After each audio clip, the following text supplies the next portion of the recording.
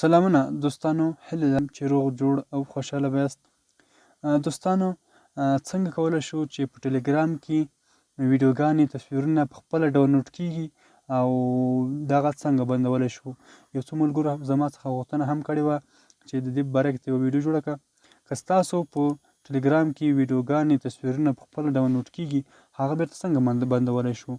نو ستاسو انټرنیټ مصرف به هم بچت سي او ستاسو انټرنیټ به هم مصرف زیات نه کوي او تاسو کومه یو تصویر او ویډیو چې غواړئ ډاونلوډ یې کړئ په خپله خوښه باندې هر یو شی ډاونلوډ کولی شئ. نو راځو ویډیو شروع کوو. تر ویډیو دمخه مو که زموږ چینل نه یې سبسکرایب کړی، زموږ چینل درسره سبسکرایب کړئ. ورسره په خوا کې د بیل ایکن یعنې زنګ نشان باندې ضرور کلیک وکړئ چې زموږ هره نوې ویډیو تر تاسو پورې زر در ورسیږي. راځئ چې ویډیو شروع کړو.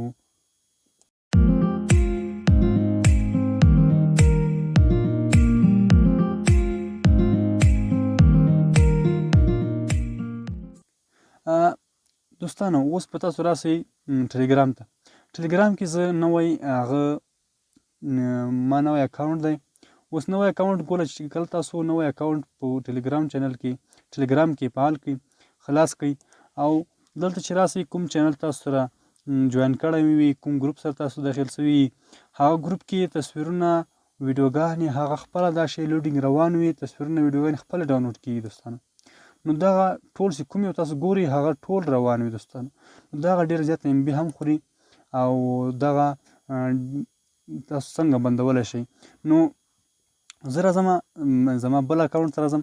اوس بل اکاونټ کې تاسو ته زه درښایم، په دې کې زه تاسو ته تصویرونه ښایم. ګوره دې کې تصویرونه دوستانو بند دي، تاسو ته ښکاري خپله نه ډاونلوډ کېږي.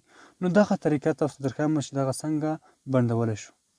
اوس دوستان راځم زه هغه اکاونټ ته راځم چې کوم کې ډاونلوډینګ خپله روانه ده دوستان. دغه وینئ، تاسو به راسئ ټلګرام ته. ټلګرام ته چې کله راغلی په دې درې لیکو باندې به کلیک وکړئ. لاندې به راشئ دوستانو. که ستاسو ټلګرام انګلیش ته وي نو بیا صحیح ده. زما پښتو هم لري خو تاسو لپاره مې انګلیش ته اړولی دی. نو دلته به دوستان تاسو راسئ سیټینګز ته. سیټینګ ته چې کله راغلی دلته به تاسو لیکلي وي ډیټا اینډ سټوریج، په دې به کلیک وکړئ. دوستانو ډېر اسانه طریقه یې ده.